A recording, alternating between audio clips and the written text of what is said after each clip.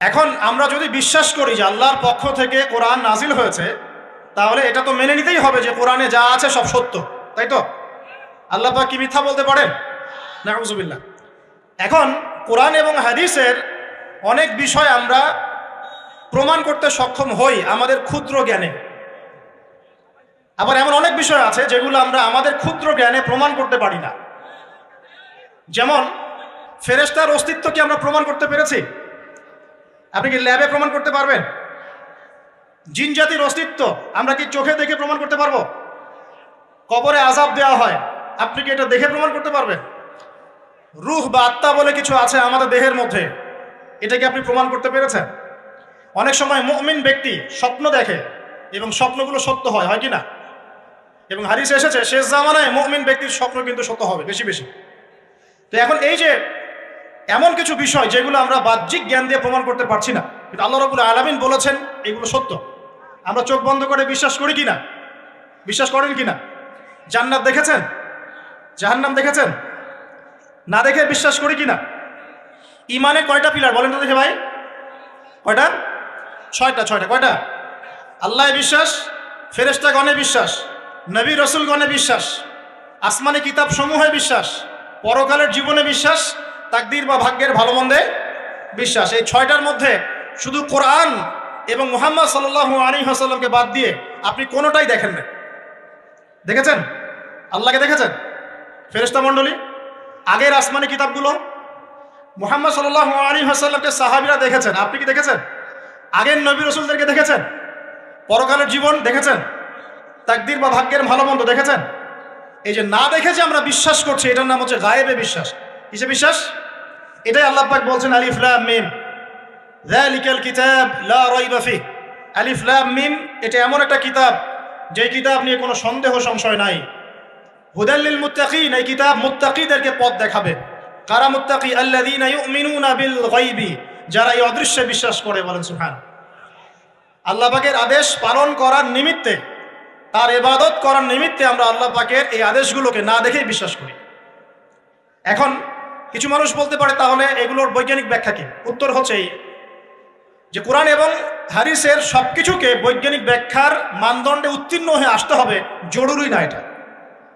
কারণ বিজ্ঞানের অনুসিদ্ধান্তগুলো সময়ে সময়ে বদলে যায়। আল্লাহ রাব্বুল আলামিনের বিধান কখনো বদলাবে না ইনশাআল্লাহ। কথা কি বুঝতে পারছেন? আর আল্লাহ রাব্বুল আলামিন আমাদেরকে অসীম জ্ঞান দিয়ে সৃষ্টি করেন নাই, ক্ষুদ্র জ্ঞান দিয়ে সৃষ্টি করেছে। আমরা আমাদের ক্ষুদ্র জ্ঞানে এতটুকু প্রমাণ করতে পারবো না, ভালো করে বোঝেন, আমরা আমাদের ক্ষুদ্র জ্ঞানে এতটুকু প্রমাণ করতে পারবো না যে আগামীকাল আপনার সাথে কি ঘটবে। বলতে পারবেন? কেউ পারবে? তো যে মানুষ তার সাথে আগামীকাল কি ঘটবে সেটাই বলতে পারছে না, সেই মানুষ কি আল্লাহ রাব্বুল আলামিনের এই মহাবিশ্বের অসীম জ্ঞানের অতল তলে ডুব দিতে পারবে? আমি বলছিলাম ইমানের 6 পিলার কি আপনি চোখে দেখেছেন? তারপরে বিশ্বাস করি কিনা ভাই? আচ্ছা, এখন আমরা এই জায়গায় ছিলাম যে আল্লাহ পাকের জ্ঞানটা অসীম। আল্লাহ পাকের জ্ঞান কি ভাই? আমি অসীমের একটা উদাহরণ দিয়ে বোঝাচ্ছি। মনে করেন এখানে আমরা যারা উপস্থিত আছি, আমরা সবাই জান্নাতে চলে গেলাম, মনে করেন, আল্লাহ কবুল করুন। জান্নাতে যাওয়ার পরে কি সময় শেষ হয়ে যাবে, না সময় আরো চলতে থাকবে? আচ্ছা, জান্নাতে যাওয়ার পরে 1 কোটি, 2 কোটি, 5 কোটি, 10 কোটি, 100 কোটি বছর পর এই জান্নাতীরা কি করবে, কি খাবে, কোথায় ঘুরবে, কোথায় ফিরবে, আল্লাহ রাব্বুল আলামিন এখনই সেটা জানেন। আলহামদুলিল্লাহ, বলেন আল্লাহু আকবার। আল্লাহকে চিনি একটু, আল্লাহ পাক এখনই সেটা জানেন, এই মুহূর্তে জানেন। যদি এখানে কোনো ভাই থাকেন, ফর এক্সাম্পল অমুক ভাইয়ের নাম আব্দুল্লাহ, এই ভাই মনে করেন জান্নাতে যাবেন ইনশাআল্লাহ, কথার কথা বলছে, কথার কথা। এখন তিনি জান্নাতে যাওয়ার 100 কোটি বছর পরে কোন হুরের সাথে কোথায় ঘুরে বেড়াবেন আল্লাহ পাক এখনই তা জানেন। আল্লাহ পাককে চিনতে শিখুন। আবার আমাদের মধ্যে আল্লাহ না করুক কেউ যদি জাহান্নামে যায়, সে ব্যক্তি জাহান্নামে যাওয়ার কোটি কোটি বছর পর কি আযাব ভোগ করবে আল্লাহ পাক এখনই এই মুহূর্তে সেটা জানেন। আলহামদুলিল্লাহ। এবং আগেও জানতেন। আল্লাহ পাকের কোনো শুরু নাই, আল্লাহ পাকের কোনো শেষ নাই। আল্লাহ পাকের কোনো শুরু নাই, আল্লাহ পাকের কোনো শেষ নাই। এমন নয় যে আল্লাহ পাক আমাদেরকে সৃষ্টি করে সৃষ্টিকর্তা হয়েছেন, রিজিক দাতা হয়েছেন, পালনকর্তা হয়েছেন, এমন নয়। সৃষ্টি করার আগে থেকেই আল্লাহ পাক সৃষ্টিকর্তা, পালনকর্তা, রিজিক দাতা সবকিছুই ছিলেন। বলেন আল্লাহু আকবার। আল্লাহ পাক একজন, তার কোনো শরীক নাই। আল্লাহ রাব্বুল আলামিনের জ্ঞান অসীম, এটার উদাহরণ হাদিসে দেওয়া হয়েছে এভাবে যে মূসা এবং খিদির আলাইহিস ইসলাম নৌকায় সফর করছেন, একটা পাখি এসে নদী থেকে এক ফোঁটা পানি খেয়ে চলে গেল।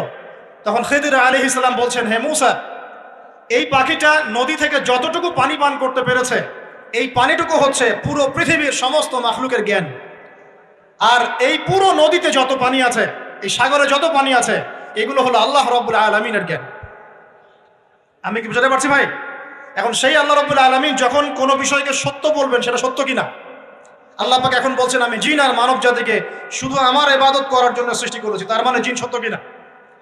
আচ্ছা, একটু বলে দেই, মানুষের মধ্যে যেমন ভালো মন্দ আছে, জিন জাতির মধ্যেও কি আছে? ভালো মন্দ আছে। দুষ্ট জিন মানুষের ক্ষতি করার চেষ্টা করে। কি করে ভাই? এবং দিন দিন কিন্তু এর প্রভাবটা বাড়ছে। তো এখান থেকে বাঁচার জন্য কিছু প্রোটেকশন আগে বলে দেই, তারপর সামনে যাই। প্রত্যেক দিন সকালে এবং সন্ধ্যায় 3 বার করে সূরা ইখলাস পড়বেন। কুল হুয়াল্লাহু আহাদ, আল্লাহুস সামাদ, লাম ইয়ালিদ ওয়া লাম ইউলাদ ওয়া লাম ইয়াকুল লাহু কুফুয়ান আহাদ। সকালে সন্ধ্যায় কয়বার? 3 বার। আর 3 বার পড়বেন সূরা ফালাক, কুল আউযু বিরাব্বিল ফালাক, এই সূরা। আর 3 বার পড়বেন সূরা নাস, কুল আউযু বিরাব্বিন নাস। এটা প্রত্যেক ফরজ নামাজের পর একবার করে পড়বেন আয়াতুল কুরসি। আয়াতুল কুরসি কোন সূরা আছে? কত নাম্বার আয়াত? মাশাআল্লাহ, 255। আল্লাহু লা ইলাহা ইল্লা হুয়াল হাইয়ুল কাইয়্যুম, এখান থেকে শেষ পর্যন্ত। আর কি করবেন? রাতের বেলা ঘুমানোর সময় পড়বেন সূরাতুল বাকারা এর শেষের 2টা বা 3টা আয়াত। লিল্লাহি মা ফিস সামাওয়াতি ওয়া মা ফিল আরদ, এখান থেকে ফানসুরনা আলাল কওমিল কাফিরিন পর্যন্ত। নবী সাল্লাল্লাহু আলাইহি ওয়াসাল্লাম বলেছেন, রাতের বেলা কেউ যদি সূরা বাকারার শেষের এই 2টা 3টা আয়াত পড়ে ঘুমায়, সারা রাত আপনি যদি ইবাদতে থাকতেন যে নেকি পেতেন, এটা পড়ে ঘুমানোর ফলে সেই নেকি পাবেন ইনশাআল্লাহ। এখন বলেন দেখি, কতজনের সূরা বাকারার শেষের 3টা আয়াত মুখস্থ আছে? মাশাআল্লাহ। তো এখন বলেন আমাকে, আল কোরআনের আলো ঘরে ঘরে কি জ্বলবে? বলেন। শোনেন, আমার কথা রাগ করেন না। আমরা তো সবাই চাই যে আল্লাহর কোরআন আল্লাহর জমিনে প্রতিষ্ঠা লাভ করুক, চাই কি না? তাহলে সবার আগে নিজের মধ্যে কোরআন কায়েম করতে হবে। কোথায়? আগে নিজের উপর কোরআন কায়েম করুন, নিজের উপর সুন্নাহ কায়েম করুন, নিজের উপর দিন কায়েম করুন, ইনশাআল্লাহ দিন ঘরে ঘরে পৌঁছে যাবে। প্রত্যেক ঘরের মানুষ এই নিয়াত করতে পারি কি ইনশাআল্লাহ যে আমরা সবাই কোরআন পড়া শিখবো ইনশাআল্লাহ? কোরআনের বাছাই করা কিছু আয়াত অন্তত মুখস্থ করবো ইনশাআল্লাহ। পুরা কোরআন তোমাদেরকে মুখস্থ করতে বলছি না, হয়তো অনেকে পারবে না, যারা পেরেছে তারা সৌভাগ্যবান, আলহামদুলিল্লাহ। কমপক্ষে সূরা বাকারার শেষের 3টা আয়াত পারবো না ভাই? আয়াতুল কুরসি পারবো না? সূরা ফালাক, সূরা নাস, সূরা ইখলাস, সূরা কাফিরুন, সূরা হাশরের শেষের 3টা আয়াত, সূরা কাহফ এর প্রথম 10 শেষ 10 আয়াত, সূরা কাহফ প্রথম 10 শেষ 10 আয়াত, সূরা সফফাত এর প্রথম 10 আয়াত, সূরা আর রহমান, সূরা ইয়াসিন, সূরা মুলক। এই যে কমন জিনিসগুলো, এগুলো মুখস্থ করতে পারবো না ভাই ইনশাআল্লাহ? আল্লাহ পাক সবাইকে তৌফিক দান করুন, বলি আমিন। আর এখন যারা বিয়ে শাদী করেন নাই, নিয়াত করেন যে আপনাদের ঘরে যে সন্তান আসবে, আচ্ছা সন্তানের আগে বউয়ে আসে নাকি? আচ্ছা, যারা বিয়ে শাদী করেন নাই নিয়াত করেন, দিনদার, মুত্তাকি, পরহেজগার, কোরআনওয়ালা মেয়ে ছাড়া বিয়ে করার দরকার নেই। বাস বাস বাস বাস বাস। শোনেন, এর মানে এই নয় যে খালি মাদ্রাসার মেয়েদেরকে বিয়ে করবেন, বরং এমন অনেক দিনই বোন আছেন আমাদের স্কুল কলেজ ইউনিভার্সিটিতে পড়েন, তারা অনেক বেশি দিন চর্চা করেন মাশাআল্লাহ। আমি বলেছি কোরআনওয়ালা দিনদার পর্দাশীল নারী বিয়ে করবেন, এবং দ্বিতীয় নিয়াত করেন যে সন্তানই হবে কমপক্ষে একটা সন্তানকে হাফেজে কোরআন বানাবেন ইনশাআল্লাহ, একটা সন্তানকে আলেম বানাবেন ইনশাআল্লাহ। আপনার মেয়ে হলে সেই মেয়েকে আয়েশা রাদিয়াল্লাহু আনহার মতো বানান ইনশাআল্লাহ। আপনার ছেলে হলে আপনার ছেলেকে আবু বকর, ওমর, ওসমান, আলী রাদিয়াল্লাহু আনহুম আজমাইন তাদের আদর্শ করে তোলেন ইনশাআল্লাহ। পারা যাবে না ভাই? যখন ঘরে ঘরে কোরআনওয়ালা মানুষ তৈরি হবে না, আল্লাহর জমিনে আল্লাহর দিন এমনি প্রতিষ্ঠা হয়ে যাবে ইনশাআল্লাহ। বাতিল কোন দিক পালিয়ে যাবে? ঠিক নাই। সবকিছু শেষ আছে না বলেন তো? সব কিছু শেষ আছে। নমরুদ আছে না নাই? দুনিয়াতে আছে। মানুষ তার নামও স্মরণ করে। যখন সে দুনিয়া ছিল মনে হচ্ছিল দুনিয়াটাই তার, তখন মনে হচ্ছিল কি দুনিয়াটাই নমরুদের। ফেরাউন দুনিয়া আছে না নাই? আছে। তার নামও কি মানুষ স্মরণ করে? যখন ফেরাউনের রাজত্ব ছিল, যুগ ছিল, তখন মনে হতো যে পুরো দুনিয়াটাই ও। কথা বুঝতে পারছেন না? এরকম প্রত্যেক যুগে যুগে আজ জাতির নাম শুনেছেন? আজ জাতি এই তাল গাছের সমান লম্বা চওড়া ছিল এক একজন, বিশ্বাস করছেন না? তাল গাছের সমান লম্বা চওড়া ছিল এবং পাহাড় কেটে কেটে তারা বাড়িঘর নির্মাণ করত। তাদের কাছে আল্লাহ পাক নবী হিসেবে পাঠিয়েছিলেন হুদ আলাইহিস সালামকে। কোন নবী? সূরা হুদ পড়ে দেখবেন। আপনি যদি কবিতা, সাহিত্য, ছন্দ এগুলো পছন্দ করেন তাহলে সূরা হুদ আপনার জন্য। সুবহানাল্লাহ। আপনি যদি কবিতা, সাহিত্য, ছন্দ, বালাগাত পছন্দ করেন, সূরা আর রহমান আপনার জন্য, সূরা হুদ আপনার জন্য, সূরা শুআরা এগুলো আপনার জন্য। এত চমৎকার কাব্যিক বিন্যাস আছে, কবিতার ছন্দে ছন্দে উপন্যাস ব্যাখ্যা করা হয়েছে বলে। সুবহানাল্লাহ। মানুষ তো কোরআনকে মূল্যায়ন করে না। আমি লাস্ট জুমার খুতবার একটা লেকচারে বলেছিলাম, সূরা ইউসুফ, এই যে এখন সারা বিশ্বে অর্থনীতি নিয়ে যে কত কথা হচ্ছে, অর্থনৈতিক সংকট, এটা সেটা বলা হচ্ছে না, সবার ঘরে ঘরে এগুলো আলোচনা হয় তো, মাশাআল্লাহ। আপনি বিশ্বাস করেন সূরা ইউসুফের মাত্র 4টা আয়াতের মধ্যে আল্লাহ পাক এই পুরো বিশ্বের অর্থনৈতিক সমস্যার সমাধান দিয়ে দিয়েছে। বলে দেব কি সমাধান? পরে বলছি। আগে আপনাদের এই পয়েন্টটা শেষ করি। ঘরে ঘরে কোরআনওয়ালা মানুষ তৈরি হবে তো ইনশাআল্লাহ? আল্লাহ কবুল করুন, বলি আমিন। কোরআনের এই বিশেষ সূরাগুলো মুখস্থ করতে পারবো তো ইনশাআল্লাহ ভাই? এগুলো নিয়মিত চর্চা করলে আপনাকে দুষ্ট জিন, জাদু, বদনজর এগুলো গ্রাস করবে না ইনশাআল্লাহ। আরেকটা বইয়ের নাম বলে দেই, বই কিনবেন। আমি যে প্রত্যেকটা লেকচারে একটা একটা করে 2টা করে বইয়ের নাম বলি, বইগুলো কিনবেন আল্লাহর রাস্তায়। আজকে শুধু একটা বইয়ের নাম বলবো না, আজকে আমি এমন একজন রাইটারের নাম বলে দিব যে রাইটারের সবগুলো বই বাসায় কিনবেন আপনারা ইনশাআল্লাহ। যদি আপনি এই রাইটারের, এই আলেমের সবগুলো বই বাসায় রাখতে পারেন এবং চর্চা করতে পারেন, ইনশাআল্লাহ আপনি সিরাতুল মুস্তাকিমেই থাকবেন ইনশাআল্লাহ। আমি আপনার জিম্মেদার হচ্ছি ইনশাআল্লাহ। যদি আপনি পথভ্রষ্ট না হয়ে যান, এই বইগুলোতে এত চমৎকার করে গাইডলাইন দেওয়া আছে, আপনি ইনশাআল্লাহ সঠিক পথেই থাকবেন। নামটা বলে দিব, সবার প্রিয় আলেম, পুরো বিশ্বে, শুধু বাংলাদেশের নয়, অন্যতম একজন প্রিয় আলেম, বিদগ্ধ আলেমে দিন আল্লামা মুফতি তকি উসমানী দামাত বারাকাতুহু। নাম শুনেছেন? এই নামটা শুনেছেন? আচ্ছা, তার অনেক বই আছে, প্রায় 200, 300, 400। সবগুলা বই বাসায় কিনবেন ইনশাআল্লাহ। ইবাদত নিয়ে বই আছে, মুআমালাত নিয়ে বই আছে, তাসাউফ নিয়ে বই আছে, জিকির নিয়ে বই আছে, অর্থনীতি নিয়ে বই আছে, ওয়ার্ল্ড অ্যাফেয়ার্স নিয়ে বই আছে, প্রতিটা সাবজেক্ট ধরে ধরে বই আছে। কোথায় পাবেন? এই তো অনলাইনে অনেক বুকশপ আছে না, এগুলোতে পাবেন। বাংলা বাজারে, ঢাকায় পাবেন।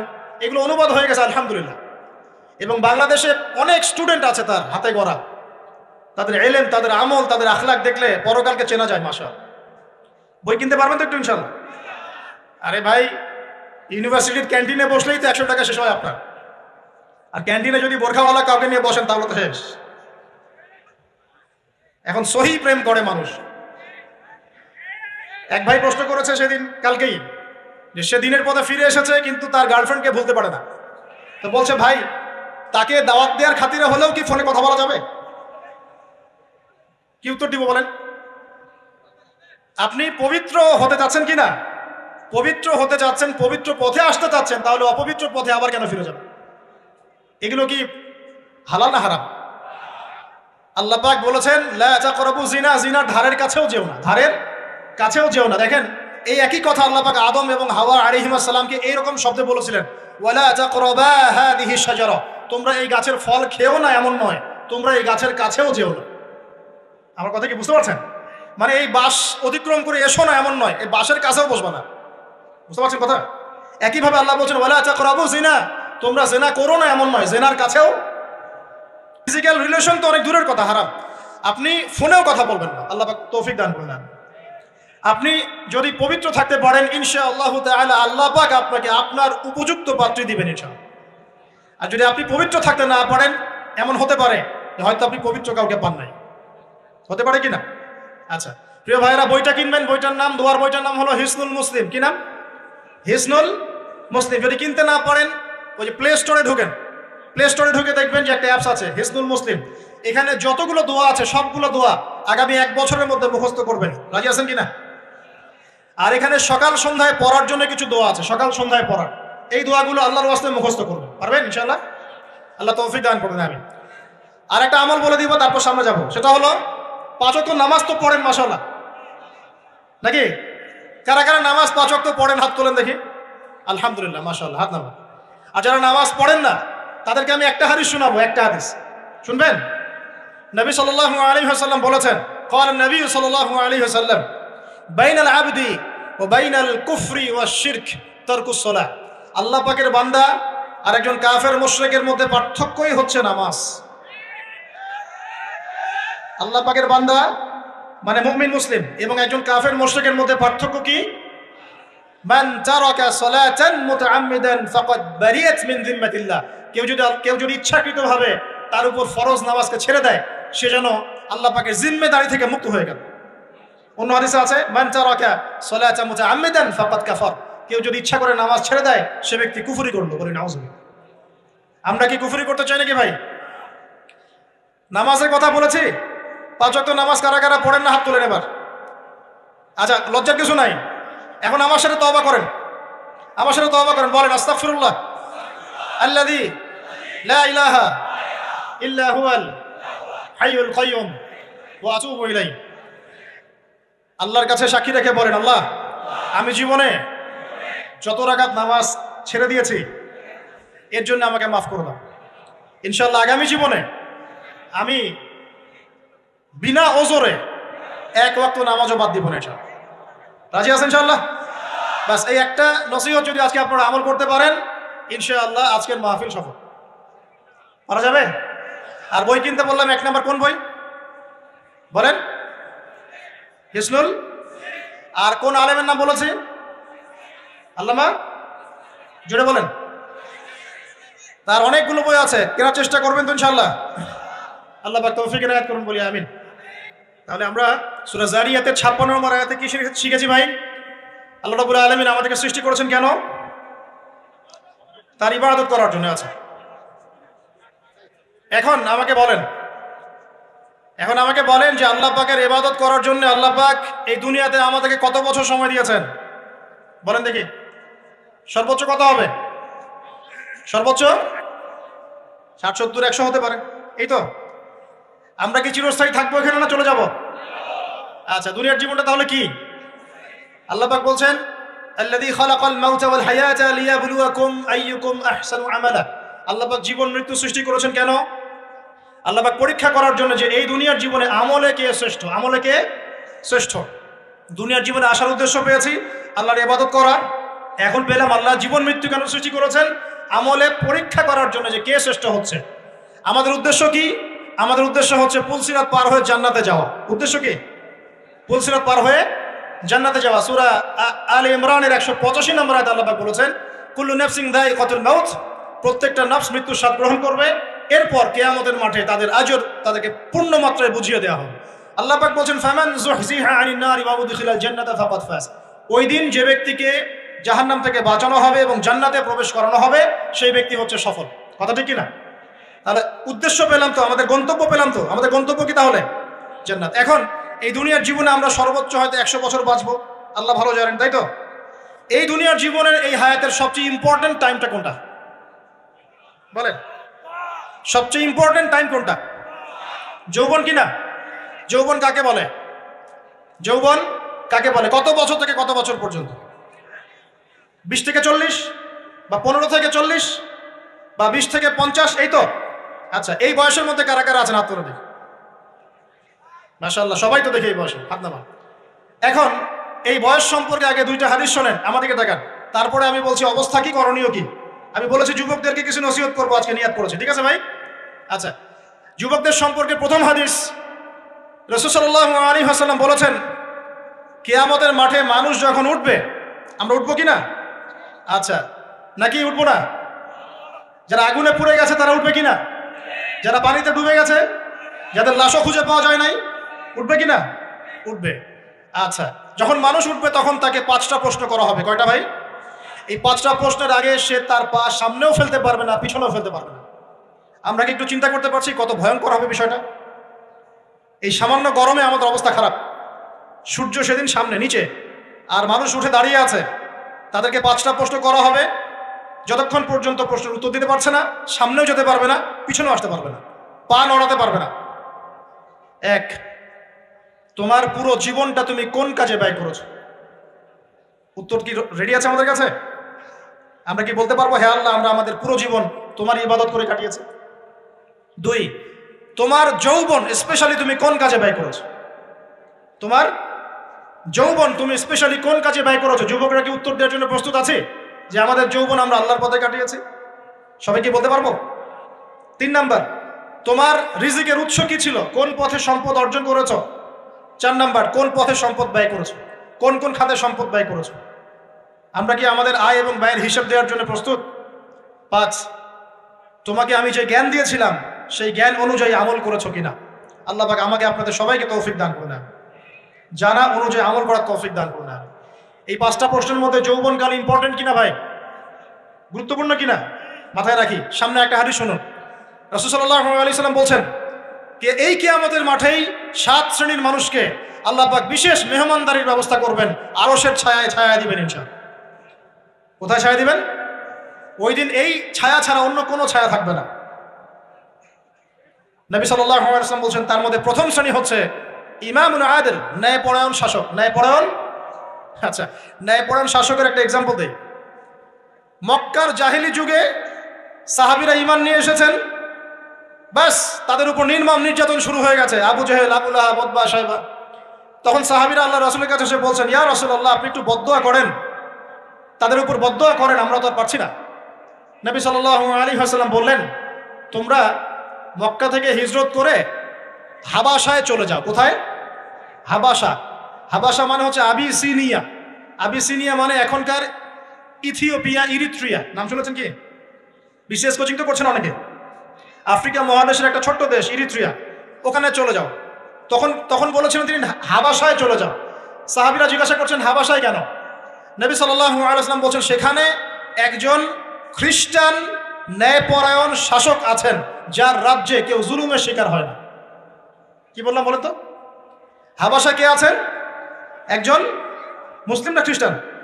খ্রিস্টান ন্যায়পরায়ণ শাসক আছেন যার রাজ্যে কেউ জুলুমের শিকার, মুসলমান নন এমন একজন শাসকের প্রশংসা করে আমাদের নবীজি বললেন তার রাজ্যে কেউ জুলুমের শিকার হয়।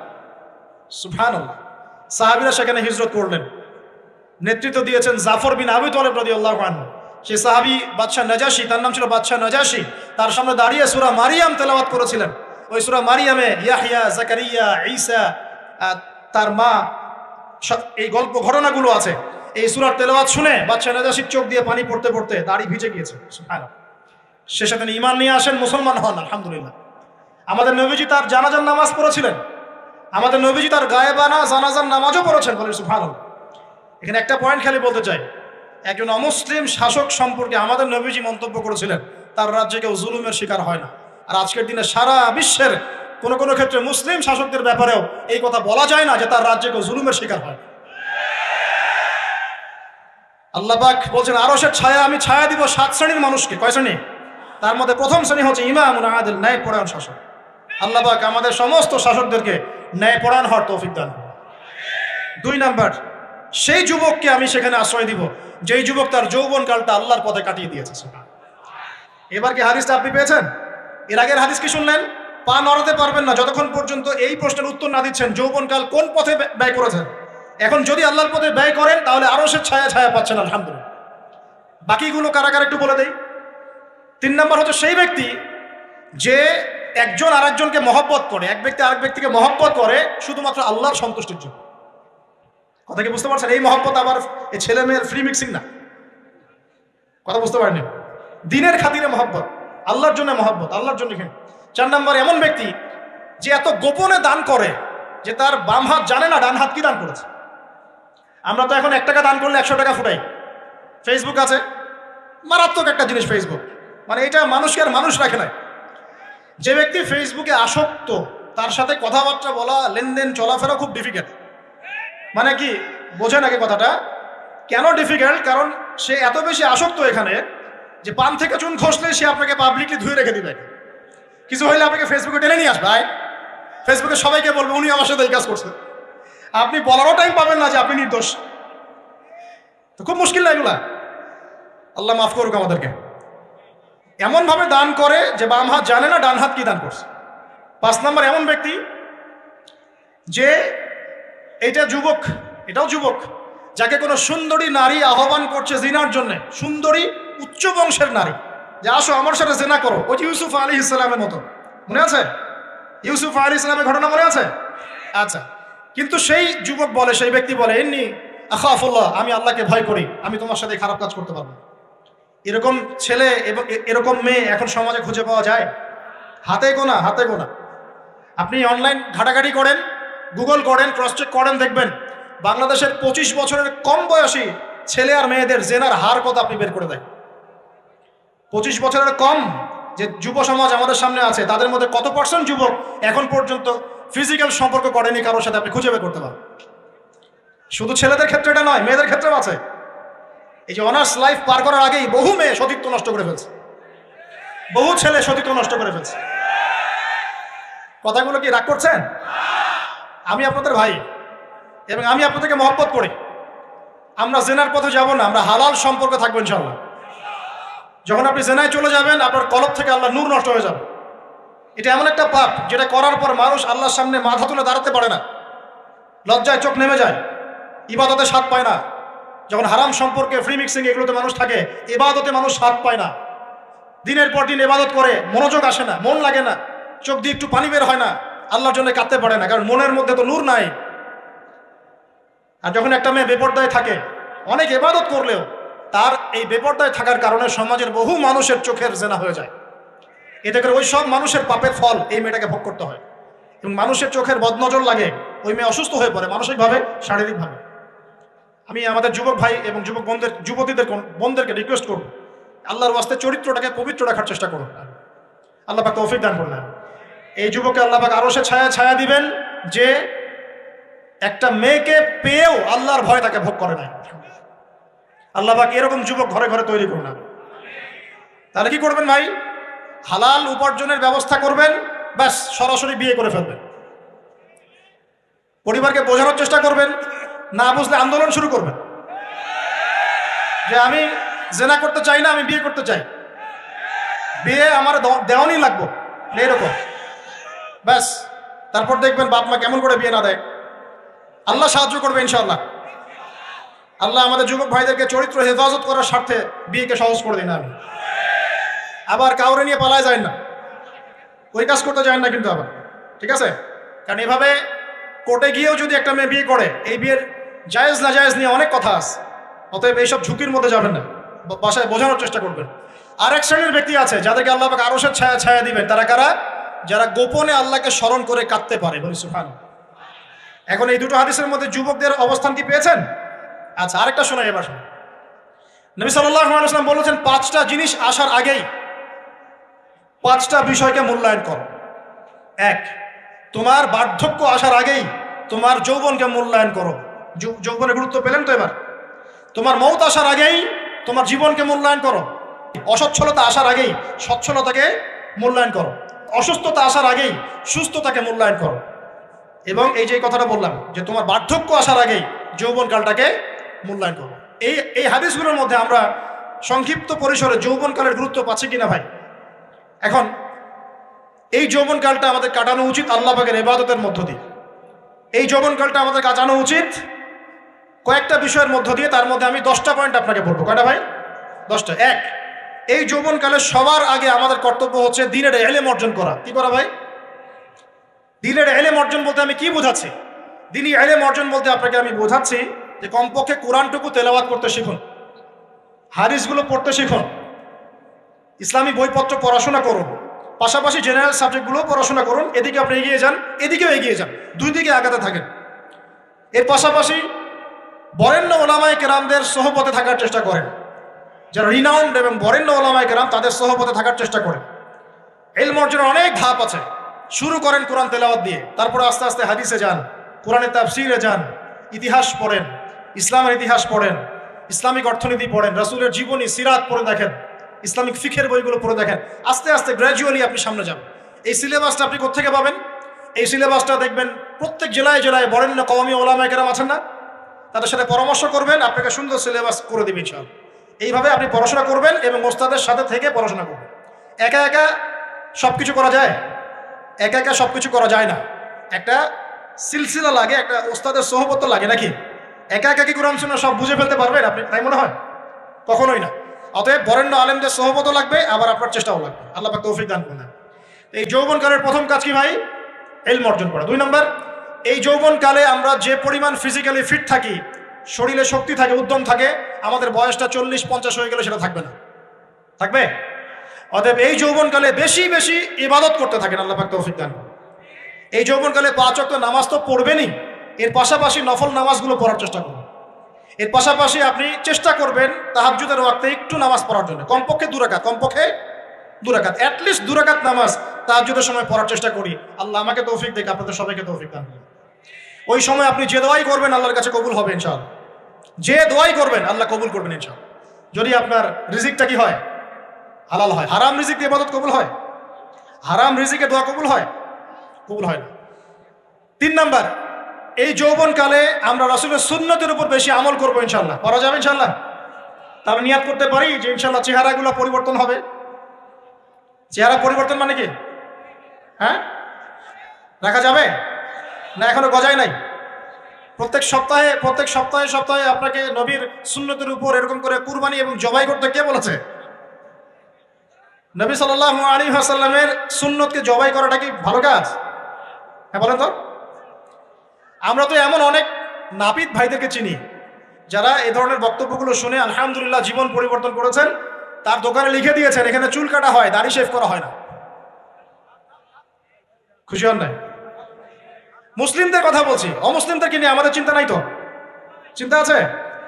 একটা কথা মনে রাখবেন, একটু কথাটা মনের কান দিয়ে শোনেন। দাড়ি হচ্ছে একমাত্র ভিজিবল সুন্নত। দাড়ি হচ্ছে একমাত্র ভিজিবল সুন্নত। ভিজিবল মানে কি? যা দেখা যায়। দাড়ি একমাত্র ভিজিবল সুন্নত, দৃশ্যমান সুন্নত, যেটা নিয়ে আপনি আমি কবরে যাবো ইনশাআল্লাহ।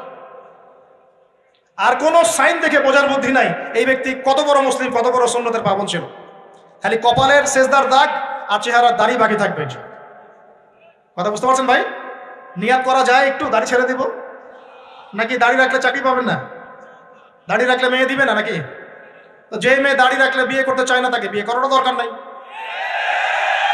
আর দাড়ি রাখলে যে চাকরি আপনাকে ছাড়তে হয় ওই চাকরিও করার দরকার নেই। চাকরির মধ্যে সব রিজিক আপনার মনে হয়? রিজিকের সবচেয়ে বড় অংশ আছে কিসের মধ্যে? বিজনেসের মধ্যে। যারা বিজনেস করে তাদের আন্ডারেই লক্ষ লক্ষ মানুষ চাকরি করে। বাংলাদেশে যে ইকোনমিক সিস্টেম, এই ইকোনমিক সিস্টেমের মূলে কারা জানেন? ব্যবসায়ীরা। কারা? বড় বড় ব্যবসায়ীরা। এমন অনেক ব্যবসায়ী আছেন যাদের একজনের জাকাতের টাকা দিয়ে একটা গ্রামের মানুষকে খাওয়ানো যায়। বিশ্বাস করছেন? ইকোনমিক তো আমার সাবজেক্ট, আমরা পড়েছি এগুলো, পড়াশোনা করেন, দেখেন। বিজনেস, এরপরে আছে ক্রিয়েটিভ কোনো প্রজেক্ট, এমন কোনো প্রজেক্ট যেটা এখন পর্যন্ত কেউ লঞ্চ করে নাই। এখন অনলাইনে অনেকে আয় করেন না? আজকে থেকে 20 বছর আগে মানুষ এটা করেছিল। এখন অনেক মানুষ বাহির থেকে পড়াশোনা করে দেশে এসে এই যে ডেইরি প্রজেক্ট করছে, পোলট্রি করছে, নতুন নতুন অনেক প্রজেক্ট করছে না? কৃষিভিত্তিক অনেক কাজ করছে। তারা কি সচ্ছল না? আমি একজন ভাইয়ের কথা জানি, যিনি আলহামদুলিল্লাহ আল্লাহর এই অধম বান্দার ওয়াজ শুনে সুদের চাকরি ছেড়ে দিয়েছিলেন। চাকরি ছেড়ে দিয়ে তিনি চায়ের বিজনেস শুরু করেন, চায়ের বিজনেস। তো ইদানিং জানলাম তিনি এখন মানুষকে টাকা ধার দেন। মাশাআল্লাহ, তিনি এখন মানুষকে টাকা ধার দেন চায়ের ব্যবসা করেই। আর আমাকে তো এখনো মানুষের কাছে হাত পাততে হচ্ছে। কথা বুঝতে পারেন নাই? আল্লাহ পাক তাকে সুদ ছেড়ে দেওয়ার জন্য সচ্ছল করে দিয়েছেন। এই ওসিলা দিয়েই তিনি সচ্ছল হয়েছেন আলহামদুলিল্লাহ। রিজিক কার হাতে? এটা বিশ্বাস করেন, রিজিক আল্লাহর হাতেই। আল্লাহ পাক চাইলে আপনাকে বেহিসাব রিজিক দিবেন ইনশাআল্লাহ। অতএব সুন্নতকে বিসর্জন দিয়ে নয়, সুন্নতে থাকেন, আল্লাহ পথ খুলে দিবেন ইনশাআল্লাহ। আল্লাহ পাক তৌফিক দান করুন। যুবক ভাইদেরকে বলছিলাম, তাহলে প্রথম কাজ আমাদের ইলম অর্জন করা। তারপরে কি ভাই? নামাজের পাবন্দ হওয়া। আর নামাজ ফরজের পাশাপাশি নফলগুলোও চর্চা করা। 3 নম্বর বলেছি রাসূলের সুন্নতের উপর একদম ইস্তেকামা, দৃঢ়ভাবে আমল করা। আর সুন্নত শিখতে হলেই তো 3 দিনের জন্য বেরিয়ে যান, 7 দিনের জন্য, 40 দিনের জন্য বেরিয়ে যান। সুন্নত শিখিয়ে আপনাকে বাসায় পাঠাই দেবে ইনশাআল্লাহ। পড়াবে না? অনেক মানুষ মনে করে যে তাদের ওখানে গেলে আমার আকীদা নষ্ট হয়ে যাবে। হ্যাঁ, তাই না? তারা বিভ্রান্ত। হ্যাঁ, নাউজুবিল্লাহ। স্বপ্নে পাওয়া ধর্ম, অনেকে টিটকারি মারে, স্বপ্নে পাওয়া ধর্ম। এসব ব্যঙ্গের ছাতার মতো আদর্শের দিকে মুখ ফিরাবেন না। মাকবুল জামা, যেগুলো মাকবুল জামা, ক্লাসিক্যাল ইসলামের মধ্যে থাকেন, আপনি বিভ্রান্ত হবেন না। তারা আপনাকে কখনো খারাপ কাজে আদেশ করেছে? কত চোর ডাকাত মদখোর মানুষ সেখানে গিয়ে 5 ওয়াক্ত নামাজি হয়ে গেছে, সুদের ব্যবসা ছেড়ে দিয়েছে, মাদক ছেড়ে দিয়েছে, আল্লাহর ওলি হয়ে গেছে আলহামদুলিল্লাহ। তো আপনাকে তারা সুন্নত শিখিয়ে বাসায় পাঠিয়ে দিবে। এছাড়া আপনি অন্যভাবে শিখতে চলে শিখবেন, সমস্যা কি? যদি মাদ্রাসায় পড়ার তৌফিক থাকে তাহলে পড়বেন, সবাই কি মাদ্রাসায় পড়ার তৌফিক পাবে? পাবে না। নিঃসন্দেহে কিছু মানুষ তৌফিক পাবে, কিছু মানুষ হয়তো পাবে না। যারা পাবে না তারা দিন শিখবে কিভাবে? এভাবেই তো শিখবে। সুন্নতের উপর আমল করতে হবে, এটা সবচেয়ে বড় কথা। আল্লাহ পাক আমাদের সবাইকে সুন্নাহর উপর আমল করে তৌফিক দান করুন।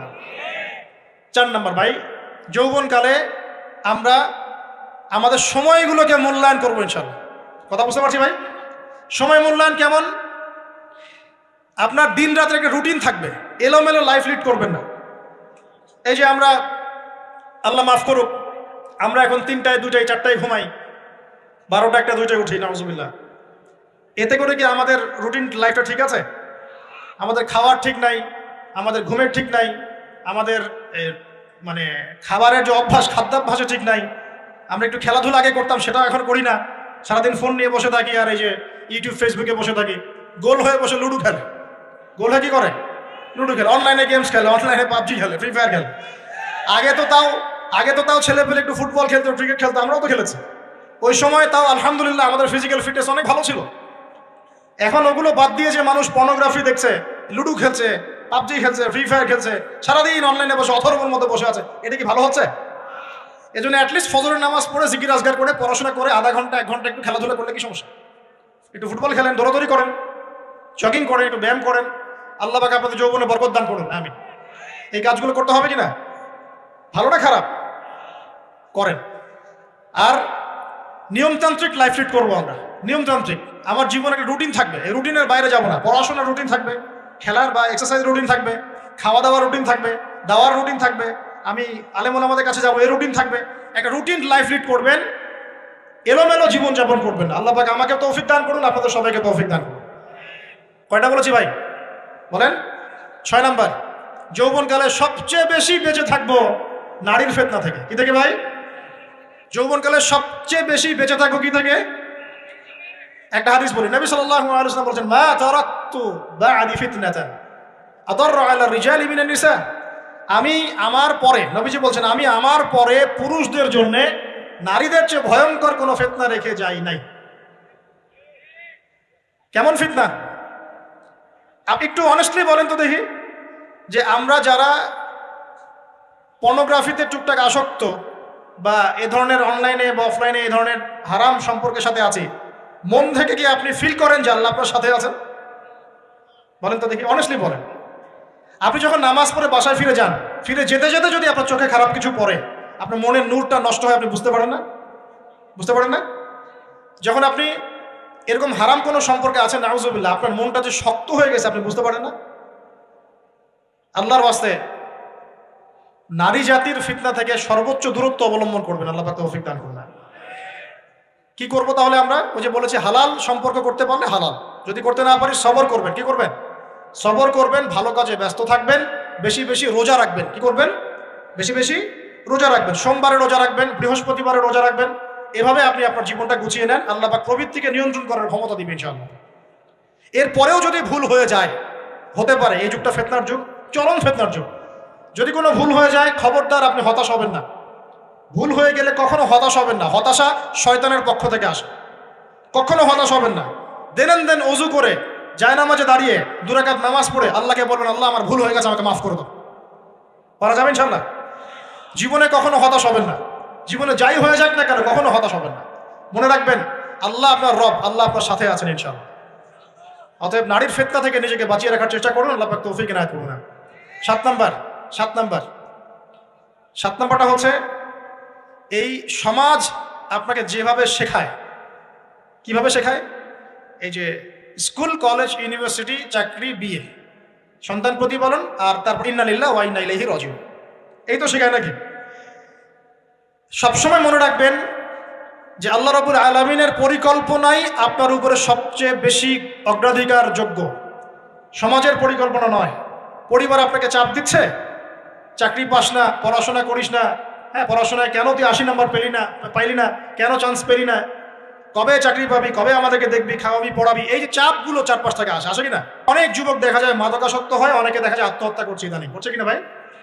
এই শব্দটা থেকে আমি পয়েন্টটা আজকে লিখেছিলাম যে ভুলেও আল্লাহর প্রতি বিশ্বাস এবং তাওয়াক্কুল হারাবেন না। সমাজ যেভাবে শেখায়, সমাজ চারপাশে যে চাপ আপনাকে দিচ্ছে, এই চাপে নিজে গা ভাসিয়ে দিবেন না। আপনি আল্লাহর কাছে দোয়া করবেন, আল্লাহর কাছে পথ চেয়ে নেবেন এবং আল্লাহর প্রতি তাওয়াক্কুল ভরসা করবেন, কখনো আত্মহত্যার পথ বেছে নেবেন। কি হয়েছে? 80 নাম্বার পান নাই তো কি হয়েছে? আপনি চেষ্টা করেছেন কিন্তু চান্স পান নাই তো কি হয়েছে? চেষ্টা তো করেছেন আপনি। আপনি চেষ্টা করেছেন ইউনিভার্সিটিতে চান্সের জন্য, আপনি চান্স পাই নাই, চেষ্টা করেছেন না আপনি? বাস, চেষ্টা করেছেন, পাই নাই, তাকদিরে ছিল পাই নাই, বাস। আমি আমার চেষ্টা করেছি। কখনোই আত্মহত্যার পথ বেছে নেবেন না। আর আমরা পিতা মাতাদেরকে রিকোয়েস্ট করবো, কোনো অবস্থাতেই সন্তানকে এত বেশি চাপ দিবেন না যে সন্তানটার এই কোমরটাই ভেঙে চলবে। এই সমস্যাগুলো দিন দিন বাড়ছে সমাজের মধ্যে। কেন এত চাপ দিচ্ছেন? তার প্রতিভা কোথায় খুঁজে বের করুন। তাকে জোর করে কেন টেনে লম্বা করার চেষ্টা করছেন? আমাদের সমাজে বাচ্চা হয়ে গেলেই তার পিঠে একটা সিল মেরে দেয়, হয় ডাক্তার না হলে ইঞ্জিনিয়ার। কেন? এর বাইরে কোনো প্রফেশন নাই? আমার সন্তানকে হয় ঢাকা বিশ্ববিদ্যালয়ে চান্স পেতে হবে, না হলে বুয়েটে, না হলে এখানে। এর বাইরে আর কোথাও পড়ারই জায়গা নাই। আর এখানে পড়লেই আমার সে ছেলে না আমার মেয়ে একদম সবচেয়ে বড় জ্ঞানী হবে, অন্য কোনোভাবে হবে না, এটা গ্যারান্টি দেওয়া আছে? যারা সভ্যতা বিনির্মাণ করেছেন তারা কয়জন বড় বড় ডিগ্রি সার্টিফিকেট পেয়েছেন খুঁজে বের করে দেখেন। দেখেন খুঁজে বের করে। আমরা ফিলোসফির মধ্যে যে ফিলোসফারদের হিস্ট্রি পড়েছিলাম তাদের মধ্যে বেশিরভাগই দেখা যায় স্কুলেও যায় নাই, কলেজেও যায়। আছে না এমন? আছে। আমি বলছি না আপনারা যাবেন না, আমি বলছি জ্ঞানের মানদণ্ড এটাই নয় যে আমার সার্টিফিকেট অর্জিত হয়েছে। সার্টিফিকেটটাই জ্ঞানের মানদণ্ড নয় তো। হ্যাঁ, প্রতিযোগিতার একটা জগৎ আছে, আমাকে সে জগৎ উতরাতে হবে। আপনি চেষ্টা করবেন, যদি না হয় তাকদীরে ছিল, হয় নাই, বাস হয়। আমাকে আল্লাহ পাঠিয়েছেন তার ইবাদত করার জন্য, এখানে আত্মহত্যা করার জন্য আল্লাহ আমাকে পাঠান নাই। আমার জীবন যদি দিতেই হয় তাহলে আল্লাহর জন্য দিব ইনশাআল্লাহ। ঠিক আছে কথা? ব্যাস, দুনিয়ার জন্য নয়। আল্লাহ পাক বোঝার তৌফিক দান করুন। কটা বললাম? 7টা না 8টা? 7টা। 8 নাম্বার। 8 নাম্বারটা ইম্পর্টেন্ট এবং এটা আপনাদের জন্য মজাদার। সেটা হলো 8 নাম্বারটা বেশি ইম্পর্টেন্ট। এটা হচ্ছে দিনের পথে চলার ক্ষেত্রে আপনি অনেক রকম মতবাদ পাবেন সামনে। কেউ বলবে আমারটা সঠিক, কেউ বলবে না ওরটা নয়, আমারটা সঠিক, কেউ বলবে না আমার দলটা সঠিক, কেউ বলবে না ওর সংগঠন সঠিক। এগুলো আপনার কান ভারী করে ফেলবে একদম। তখন মনে হবে যে আগেই ভালো ছিলাম রে ভাই, নামাজ পড়তাম না। এখন নামাজ পড়া শুরু করে দেখলাম যে আরে হাতটা বাঁধবো কোথায়, এটাই তো ফিক্স করতে পারতেছি না। আর আমার কিছু তো অভিজ্ঞতা আছে ভাই, নাকি ভাই? ওর আলোকে একটা কথা বল, সেটা হলো সমাজে কিছু ইখতিলাফি মাসআলা আছে, এই মাসআলাগুলো কানেও ঢুকাবেন না। আপনি ইবাদতের মধ্য দিয়ে আল্লাহকে পাওয়ার চেষ্টা করবেন। এবং চিরায়ত একটা ইসলাম আমরা ফলো করছি না? এই ইসলামের মধ্যে এমন কিছু নাই যেটা আপনাকে জাহান্নামে নিয়ে যাবে, এমন কিছু নাই। হ্যাঁ, প্রত্যেকটা ঘরানার মধ্যে কিছু বিভ্রান্ত মানুষ থাকতে পারে। এমন কিছু মানুষ এমন আমল করছে যে আমলটা হয়তো কোরআন এবং হাদিসে নাই। এটা তার সমস্যা, কোরআন সুন্নাহর সমস্যা নয়। কথা বুঝতে পারছেন? এটা তার সমস্যা, সেই বেদাতটা করছে, সেই শিরকটা করছে। তার মানে এই নয় যে কোরআন হাদিস আমাকে শিরক শিখিয়েছে, বেদাত শিখিয়েছে।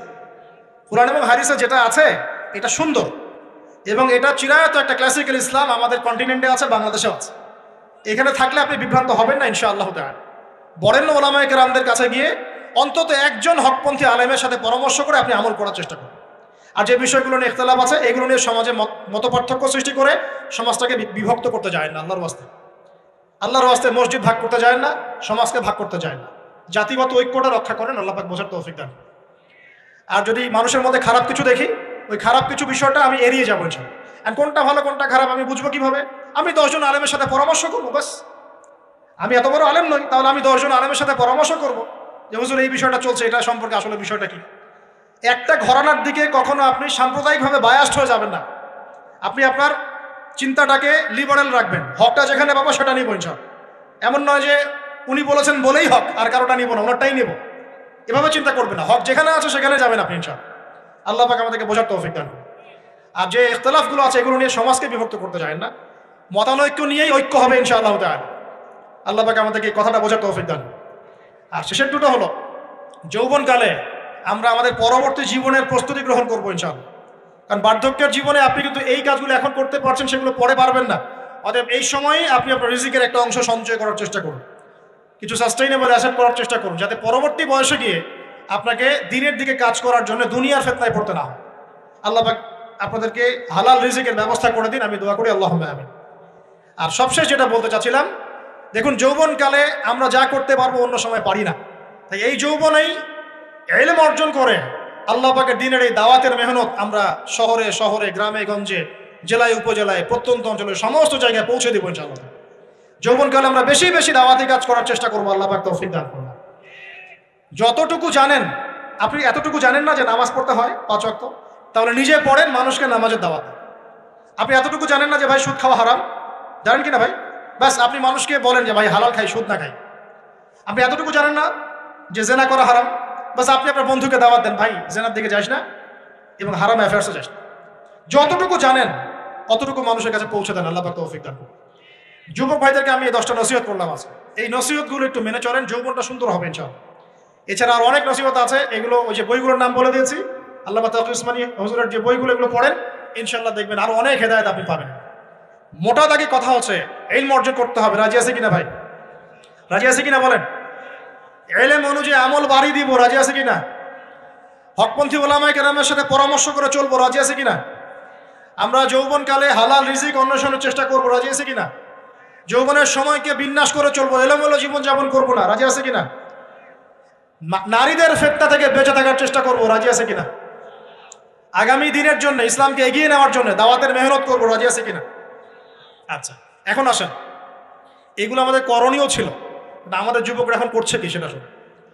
আমাদের যুবকরা এখন কিশোর গ্যাং করছে। কিশোর গ্যাং কি করছে? আপনাদের পরিবারের কর্তা যারা আছেন তাদেরকে আমি একটু রিকোয়েস্ট করবো, আপনার সন্তানের দিকে খেয়াল রাখেন। আপনার সন্তানকে যত ছোট মনে করছেন, আপনার সন্তান এখন এত ছোট নয়।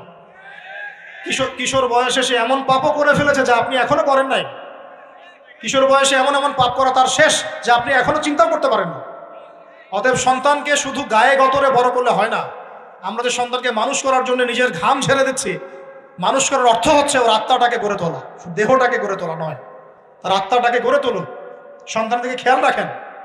ঢাকা শহরে কিশোর গ্যাংয়ের দৌরত্বে টেকা যাচ্ছে না, রাস্তাঘাটে ছিনতাই করছে, মাদক সেবন করছে, মানুষের সম্পদ মোবাইল ধূপ করে কেড়ে নিয়ে দৌড় দিচ্ছে, এক গ্যাং আরেক গ্যাংয়ের সাথে মারামারি করছে। এগুলো শিখছে কোত্থেকে? এগুলো শিখছে আপনার ওই যে অপসংস্কৃতি দেখে দেখে। পশ্চিম থেকে, আমাদের পার্শ্ববর্তী থেকে অনেক অপসংস্কৃতি ঢুকছে ভিতরে, ওটা দেখে দেখে দেখে দেখে শিখছে কি করতে হয় না করতে। দুইটা গ্যাং তৈরি করছে এবং সিনেমাতে যেমন দেখানো হয় সে নিজেকে ওই রকম করে চিন্তা করা শুরু করেছে। এই কনসেপ্টগুলো মানুষ পাচ্ছে কোথায়? নাটক সিনেমা থেকে পাচ্ছে। একটা দল ক্রিয়েট করেছে, সে সেই দলের নেতা হয়েছে, আরেক দল তাকে মারতে আসছে, সে আবার তাকে মারতে যাচ্ছে। এই যে জিনিসগুলো, এগুলো নাটক সিনেমায় দেখানো হচ্ছে না এখন? যুবকরা শিখছে কোত্থেকে এগুলা? বাংলাদেশের মেয়েদেরকে একসময় শেখানো হয়েছে তুমি সুন্দর না, তুমি কি না, তাদের মনে ঢোকান তুমি সুন্দর না, আরো সুন্দর হতে চাও, আরো সুন্দর হতে চাও, এই ক্রিম মাখো সুন্দর হয়ে যাবে। এই একটা কনসেপ্ট ঢুকিয়ে দিয়েছে মাথায়, তুমি সুন্দর না, তোমাকে আরো সুন্দর হতে হবে। আল্লাহ তোমাকে যে সৌন্দর্য দিয়েছেন এটা যথেষ্ট না, অন্যরা আরো অনেক বেশি সুন্দর, তুমি সুন্দর না, এই ক্রিম মাখো সুন্দর হবে। এই করতে করতে করতে ক্রিমের ব্যবসা শুরু হলো। বাণিজ্য, সবকিছুর পিছনে কি থাকে? বাণিজ্য, আর কিচ্ছু না। তারপর শুরু হলো যে পার্লার, অমুক ক্রিম তমুক ক্রিম, অমুক সোনো, এই সেই, বাস মেয়েরা পাগল হয়ে গেল। ব্যাস নতুন নতুন আমরা আমাদের সংস্কৃতি ধারণ করে যে কাপড় চোপড়গুলো পরি, কিছু মানুষ শেখালো এর চেয়ে এই ফ্যাশনটা ভালো, এটা পরো। ব্যাস ঈদে ঈদে নতুন নতুন ফ্যাশন আসা শুরু করলো। আরে পাঞ্জাবি পায়জামা পরা তো আমাদের বাপদাদাদেরই সুন্নত, এটা বাঙালিদেরই সুন্নত। সব বাদ দিয়ে এখন আমরা কি শুরু করেছি দেখেন তো। তো এগুলো কিন্তু মিডিয়া দিয়ে আপনাদেরকে ঢোকানো হয়, মিডিয়া থ্রু দিয়ে। আমরা দেখছি এখন যুবকরা, বহু যুবক মাদকাসক্ত হয়ে যাচ্ছেন, হচ্ছেন কিনা? কিসের এত হতাশা ভাই? কি হয়েছে? আপনার গার্লফ্রেন্ড আপনাকে ছেড়ে চলে গেছে? তো গেছেন হয়তো, কি হয়েছে ভাই? কি হয়েছে? গার্লফ্রেন্ড ছেড়ে চলে গেছে তো কি হয়েছে? আল্লাহ পাকের জমি নাকি মেয়ের অভাব নাকি? 40 জন নারীর দায়িত্ব একটা ছেলেকে নিতে হবে সে জামানায়, মানে মা, বোন, ফুপু, খালা, স্ত্রী, এই সব মিলে 40 জন কাঁধে উঠে যাবে। এখন ঘরে ঘরে মেয়েদের সংখ্যা বাড়ছে না? নবীজি বলেছেন শেষ জামানায় মেয়েদের সংখ্যা বাড়বে, ছেলেদের সংখ্যা কমবে। কমছে কিনা ছেলেদের সংখ্যা? এখন হয়তো এভারেজ 100, 104, পরে দেখবেন আরো বেড়ে গেছে। শুধু আমেরিকার হিস্ট্রি ঘেটে দেখেন, ওখানে ছেলে মেয়ের অনুপাতটা কেমন। কমছে সব জায়গাতেই, আরো সামনে কমবে। তো একজন গার্লফ্রেন্ড আপনাকে ছেলে চলে গেছে, ব্যাস জীবনটা উৎসর্গ করে দিতে হবে তার জন্য? এখন কি ফেন্সিডিল, গাঁজা, ইয়াবা এগুলো সেবন করতে হবে? আপনাকে কে সৃষ্টি করেছেন ভাই? কি উদ্দেশ্যে? প্রথমে কি একটা বলেছে, কি উদ্দেশ্যে? আমাকে আল্লাহ পাঠিয়েছেন দুনিয়াতে নামাজ পড়তে, রোজা রাখতে, দিনের প্রচার করতে, দিনের জ্ঞান অর্জন করতে, এই তো। তা আমি একজন মেয়ের জন্য জীবন নষ্ট করে দিব কেন?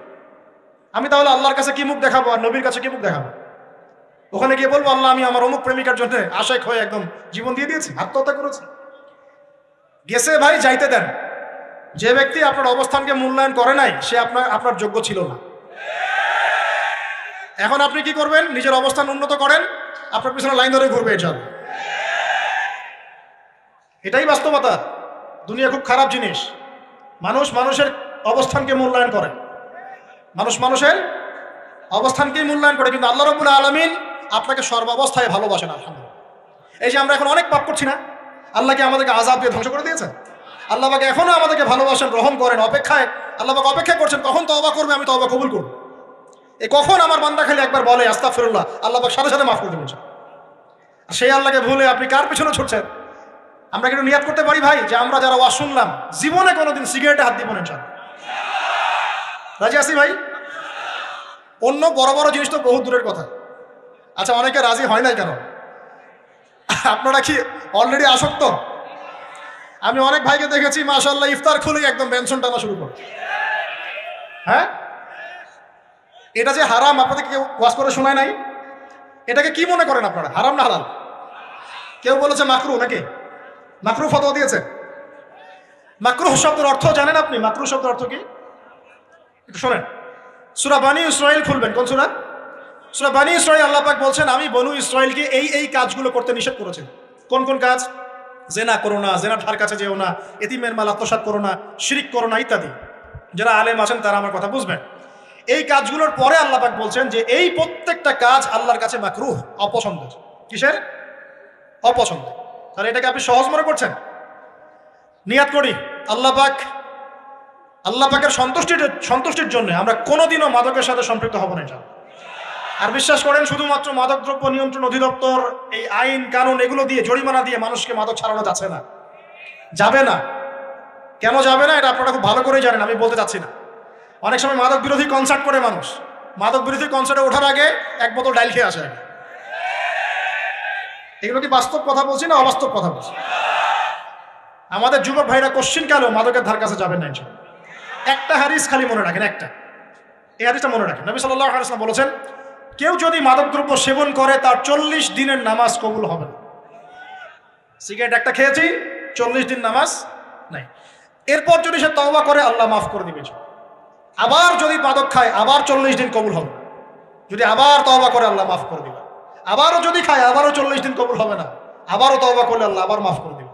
চতুর্থবার সে যদি মাদক খায়, আল্লাহ রাসূল সাল্লাল্লাহু আলাইহি ওয়াসাল্লাম বলছেন আল্লাহ পাক কিয়ামতের মাঠে তাকে তিনাতুল খাবাল পান করাবেন। কি পান করাবেন? তিনাতুল খাবাল। সাহাবীরা বলেন ইয়া রাসূলুল্লাহ এটা কি? তিনাতুল খাবাল কি?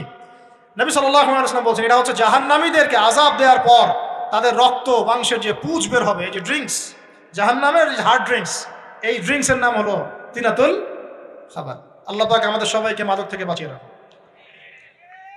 হতাশা মাদক দিয়ে দূর হয় না। হতাশা দূর হবে বলে দিব 3টা জিনিস, মাত্র 3টা। কয়টা ভাই? 1, 5 ওয়াক্ত নামাজ। এক কি? নামাজে আপনি ওযু করে সিজদা দেন, ইনশাআল্লাহ আপনার মনে প্রশান্তি না আসলে আমাকে এসে বলেন যে আসে না। চোখের পানি, মনের আবেগ যা আছে আপনার ভিতরে, কষ্ট দুঃখ যন্ত্রণা সব আল্লাহকে ঢেলে দিবেন ইনশাআল্লাহ। নিজের আবেগ ধরে রাখবেন এখানে, আপনি আল্লাহর জন্য ঢেলে দিবেন। মানুষকে আবেগ দেখায় কি লাভ? মানুষ আপনার চোখের পানির মর্ম বুঝবে? মানুষ কি মানুষের চোখের পানির মর্ম বোঝে? আপনার পিতা যদি মারা যায় আমার কাছে এসে দোয়া চান কান্নাকাটি করে, আমি দোয়া করতে পারবো কিন্তু আমি কিন্তু আপনার ফিলিংসটা বুঝতে পারবো না। আপনার অনুভূতি কে বুঝতে পারবেন? আল্লাহ পাক আপনার ঘাড়ের রগের চেয়েও কাছে আছে। সুবহান আল্লাহ পাক ঘাড়ের রগের চেয়ে কাছে আছে। গতকালকে বাংলাদেশের একজন বরেণ্য আলেমের সাথে একটা কনফারেন্সে ছিলাম। উনি বলছিলেন যে এক ব্যক্তি, এটা শোনেন, এক ব্যক্তি খুব তার শখ যে তিনি সাহাবীদের মতো নামাজ পড়া শিখবেন। কথা বুঝতে পারছেন? সাহাবীদের মতো নামাজ শিখবেন। তো একজন বরেণ্য আলেমের কাছে এসেছেন, এসে বলছেন যে আমাকে সাহাবীদের মতো নামাজ শিখিয়ে দেন। তখন সেই আলেম আরেকজন আলেমের সন্ধান দিয়েছেন যে তুমি তার কাছে যাও, তিনি শেখাবেন। তো সেই ব্যক্তি একটু অবাক হয়েছেন, কারণ যাকে প্রশ্ন করেছিলেন তিনি অনেক বড় মুহাদ্দিস, আর যার কাছে পাঠানো হচ্ছে তিনি অত বড় মুহাদ্দিস নন কিন্তু আবেদ, আমল করেন। তাকে গিয়ে বলছেন উনি আমাকে পাঠিয়েছেন সাহাবীওয়ালা নামাজ শিখিয়ে দেন। তখন তিনি বলছেন ঠিক আছে, সুন্দর করে ওযু করে আসো, সুন্দর করে ওযু করে আসো। ওযু করার সময় খালি খেয়াল রাখবা যে আমি ওযু করছি শুধু আল্লাহর সন্তুষ্টির জন্য। কি খেয়াল রাখবেন? ওযু করছি শুধু আল্লাহকে রাজি খুশি করার জন্য ওযু করছে, আর কোনো উদ্দেশ্য নাই আমার। ওযু করতে যাচ্ছে, তিনি আবার বলছেন দাঁড়াও, শুধু আল্লাহকে রাজি খুশি করার জন্য ওযু করো। আবার শুরু করছেন, আবার বলছেন শোনো, শুধু আল্লাহকে রাজি খুশি করার জন্য উজু করো। এভাবে বলতেই আছেন, নামাজে দাঁড়িয়েছেন, দাঁড়ানোর আগে বলছেন শোনো শুধু আল্লাহকে রাজি খুশি করার জন্য নামাজ পড়ো, বলতেই আছেন। এক পর্যায়ে সে ব্যক্তি নামাজ শুরু করলো, নামাজে মনোযোগ এদিক ওদিকে যায় আর তার মাথায় এটা আসে, এই শুধু আল্লাহকে রাজি খুশি করার জন্য আমাকে নামাজ পড়তে হবে, শুধু আল্লাহকে রাজি খুশি করার জন্য নামাজ পড়তে হবে। এই চিন্তা তার মনের মধ্যে ঘুরপাক খাচ্ছে। এভাবে নামাজটা সে শেষ করেছে। শেষ করে চিন্তা করছে যে নামাজ তো পুরোপুরি মনোযোগ দিতে পারলাম না, বারবার মাথার মধ্যে এরকম চিন্তা আসছে, আল্লাহ আমাকে তো মাফ করে দাও, নামাজটা আমার মনে হলো না ঠিক মতো। তখন সে ফিরে এসে তার সে ওস্তাদকে বলছেন, আমার তো নামাজ এরকম করে পড়লাম, কিন্তু শেষমেশ মনে হলো যে নামাজটা হয়তো কবুল হয় নাই, আল্লাহর কাছে খুব মাফ চাইলাম, আল্লাহ আমাকে মাফ করে দাও, নামাজটা মনে হলো না। তখন সেই যে প্রথম ব্যক্তি যিনি পাঠিয়েছেন তিনি বলছেন, এটাই হলো সাহাবী বলা নামাজ। তারা আল্লাহকে রাজি খুশি করার জন্য নামাজ পড়তেন, নামাজ শেষ করে আল্লাহর কাছে ইস্তেগফার করতেন, আল্লাহ কিছুই হলো না, কিছুই হলো। আমার কথা কি বুঝতে পারছেন? অতএব আল্লাহকে রাজি খুশি করার জন্য আপনি আপনার আবেগ, আপনার ইবাদত সব ঢেলে দিবেন, অন্য কারো কাছে কিছু পাওয়ার আশা করুন। অতএব নামাজ আপনার মাদকের দিকে যাওয়া লাগবে না, নামাজই আপনার হতাশা দূর করে দেবে ইনশাআল্লাহ। 2 নম্বর আমল হচ্ছে কোরআন তেলাওয়াত। যে ব্যক্তি কোরআন তেলাওয়াত করতে পারে নিয়মিত, তার মনের মধ্যে এই হতাশা, এই ভীরুতা, এই কাপুরুষতা কিচ্ছু আসবে না ইনশাআল্লাহ। আমি গ্যারান্টি দিচ্ছি আপনাকে, হতাশা আসবেই না আপনার মনে যদি আপনি কোরআন বুঝতে পারেন। কোরআনের একটা আয়াত নিয়ে কোনো সময় দেখা যায় 2-3 ঘন্টা সময় পার হয়ে যাচ্ছে, আয়াতটা ছেড়ে সামনে যেতে পারছি না। কোরআনের ভিতরে ঢুকলে আপনি দুনিয়ায় ভুলে যাবেন কি হচ্ছে আশপাশে। আমি এমন অনেক আলেমকে দেখেছি যে একটা বই, পাতলা একটা বই, আরবি বই নিয়ে পড়া শুরু করেছেন, ওই যে ফজরের পরে জোহরের ওয়াক্ত হয়ে যাচ্ছে, বইটাই শেষ করতে পারেনি। বুঝতে পারবেন? যখন আপনি ইলমের ভিতরে ঢুকে যাবেন, কোরআনের ভিতরে, হাদিসের ভিতরে, আপনার দুনিয়া খেয়ালই নাই। একজন আলেম তিনি এক রাত্রে একটা বই লিখেছিলেন, চটি বই, এক রাত্রের মধ্যে। বলা হচ্ছে, তার সম্পর্কে বলা হচ্ছে যে রাতের খাবার তাকে দেয়া হয়েছে যে আপনি এটা খেয়ে নেন, তো যে খাবারটা পাশেই আছে, খাবারটা খাবো, এটা লিখে খাবারটা খাবো, এরকম তার চিন্তা ছিল। ফজর হয়ে গেছে, বই লিখাও শেষ, খাবার এই অবস্থায় পড়ে আছে, ডুবে গেছেন ভিতরে, খাওয়ার মাথায় খেয়াল নাই। এরকম হয়। একজন মনীষী, বিখ্যাত মনীষী, রিয়াদুস সালেহীন কিতাবের রাইটার, সংকলক আল্লামা নববী রাহিমাহুল্লাহ, এরকম সারা রাত চলে গেছে, পাশে 2টা খেজুর, ওই 2টা খেজুর খাওয়ারই সময় পাবে, হাদিস নিয়ে গবেষণা করতে রাত পার হয়ে গেছে। আমি বলতে চাচ্ছি, যখন ইলমের ভিতরে, কোরআন হাদিসের ভিতরে ঢুকে যাবেন, আপনার দুনিয়ার খেয়াল আপনার চলে যাবে ইনশাআল্লাহ। এই টেনশন, হতাশা, এই সেই বাদ, তখনই আল্লাহ পাক আপনাকে তার পক্ষ থেকে রহমত দিবেন, বরকত দিবেন, আল্লাহ আপনার দুনিয়ার কাজগুলো করে দিবেন ইনশাআল্লাহ। তখন দেখবেন কেউ আপনার দুনিয়ার ওই কাজটা করে দিয়েছে, কেউ ওই কাজটা করে দিয়েছে, কেউ বাসায় খাবার পাঠিয়ে দিয়েছে, আল্লাহ পাকই এগুলো করাই দিবেন ইনশাআল্লাহ।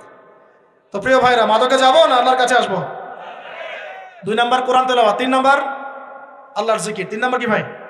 আল্লাহর জিকির। চলতে ফিরতে সব সময় মুখ চলতে থাকবে, মুখ না চললেও মনে মনে মন তাজা থাকবে, মনে মনে জিকির হতে থাকবে।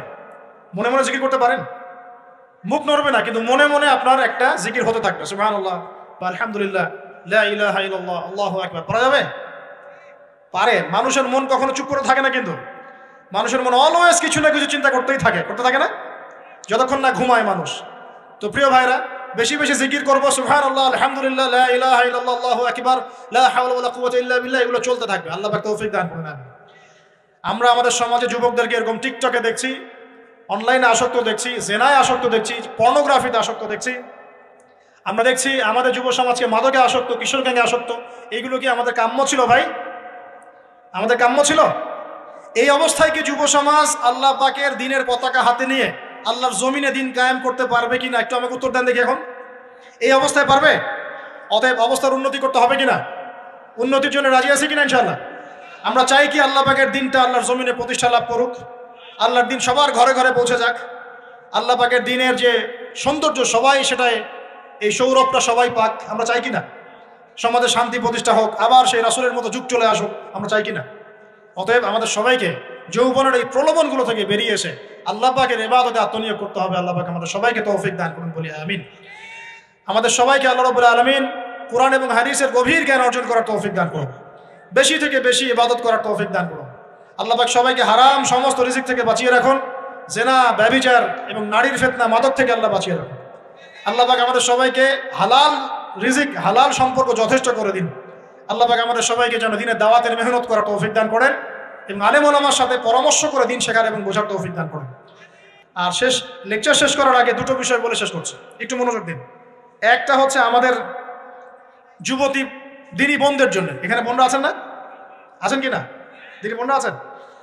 একটা নসিহত দিনী বোনদের জন্য আমি একটা নসিহত করতে চাচ্ছি, একটা নসিহত। আমার এই একটা নসিহত একটু মন দিয়ে শুনুন প্রিয় দিনী বোন। রাসূলুল্লাহ সাল্লাল্লাহু আলাইহি ওয়াসাল্লাম আমাদের দিনী বোনদের জন্য জান্নাতে যাওয়ার একটা ফর্মুলা বলে দিয়েছেন। আমি কি বলবো সেটা? আচ্ছা, রাসূলুল্লাহ সাল্লাল্লাহু আলাইহি ওয়াসাল্লাম বলেছেন আমাদের দিনী বোনেরা, আমাদের মায়েরা, এই নারী জাতি মাত্র 4টা কাজ করলে জান্নাতের যে কোনো দরজা দিয়ে ইচ্ছা প্রবেশ করতে পারবেন। খুশি হন নাই? কয়টা কাজ? মাত্র 4টা। এক, যদি আমাদের দিনী বোনেরা 5 ওয়াক্ত নামাজটা ওয়াক্ত মতো পড়ে, আল্লাহ পাক তৌফিক দান করুন, বলি আমিন। 2 নাম্বার, যদি তারা রমাদান মাসের রোজাটাকে ঠিক মতো আদায় করতে পারে। 1 নাম্বার 5 ওয়াক্ত নামাজ ঠিকঠাক আদায় করা। 2 নাম্বার রমজান মাসে সওম রাখা। 3 নাম্বার তাদের লজ্জাস্থানের হেফাজত করা, মানে শরঈ পর্দা মেনটেন করা, শরঈ পর্দা মেনটেন করা। এবং আমি বলে দেই, চেহারাটা আপনাদের পর্দার অন্তর্ভুক্ত। এটা নিয়ে অনেক বাকবিতণ্ডা হয় না সমাজে, চেহারা দেখানো যাবে কি যাবে না ইত্যাদি। চেহারা আপনার পর্দার অন্তর্ভুক্ত বিষয়, ফুল স্টপ। এর উপরে ফতোয়া অনেকভাবে দিচ্ছে, কিন্তু বরেণ্য উলামায়ে কেরামের কিতাবগুলো ঘাটাঘাটি করেন, তাদের ফতোয়া হচ্ছে চেহারা আপনার পর্দার অন্তর্ভুক্ত বিষয়, চেহারা ঢেকে রাখবেন, আল্লাহ পাক তৌফিক দান করুন। চোখ থাকবে খোলা, ঠিক আছে। 4 নাম্বার, স্বামীর আনুগত্য করতে হবে। স্বামীর আনুগত্য, এই যে আনুগত্য শব্দ শুনলেই মানুষের একটা মানে নেগেটিভ ধারণা তৈরি হতে পারে। স্বামীর আনুগত্য মানে কি আমি তার দাসত্ব করব? আনুগত্য মানে, প্রিয় দিনী বোন, আনুগত্য মানে দাসত্ব নয়। আনুগত্য মানে কোরআন সুন্নাহর যে বিধানগুলো আপনার স্বামী আপনাকে পালন করতে বলবে, আপনি সেগুলো করবেন, আপনি করতে বাধ্য। কিন্তু স্বামী যদি কোরআন সুন্নাহর বাইরে কিছু করতে বলে, সেটা মানতে আপনি বাধ্য নন। স্বামী যদি আপনাকে বলে যে সুদ খাও, এই যে সুদী এনজিওতে আসো, নাম লেখাও। স্বামী যদি আপনাকে বলে যে আসো বেপরদায় বাইরে যাই, সাজুগুজু করে বের হও, চলো ঘুরে আসো বেপরদায়। স্বামী যদি বলে দেবরকে একটু খাবারটা দিয়ে আসো, আমার অফিসের কলিগ আসছে, খাবার পরিবেশন করো, আসো ডাইনিংয়ে আসো, এই যে হারাম কাজ বেপরদার আদেশ করছে, সুদের আদেশ করছে, আপনি সেগুলো পালন করবেন। কিন্তু হালাল বৈধ যে কোনো বিষয় আপনি স্বামীর আনুগত্য করবেন, এটা আপনার উপর ফরজ।